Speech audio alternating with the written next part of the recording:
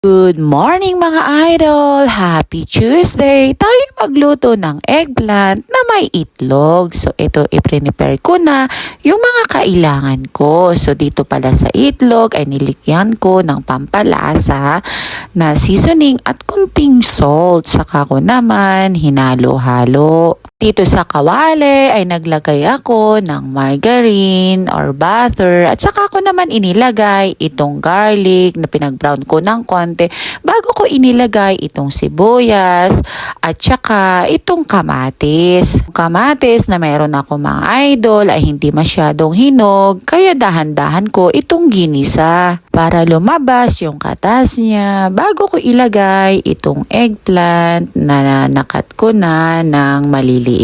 Pagkalagay ko ng eggplant, ay saka ko naman ito dahan-dahan na hinalo at iginisa. Sobrang nakakamiss ang ganitong luto ng eggplant mga idol. Napakasimple lang siyang lutuin. Mura lang siya at ang sarap pang umagahan. Tapos nung okay na yung eggplant, ay saka ko naman dahan-dahan na inilagay yung itlog. Saka ko naman hinalo-halo at lutuin ito hanggang ito'y maluto. So eto na mga idol, luto na ang ating simpleng breakfast. Ginisang eggplant na may itlog. Kain na po tayo!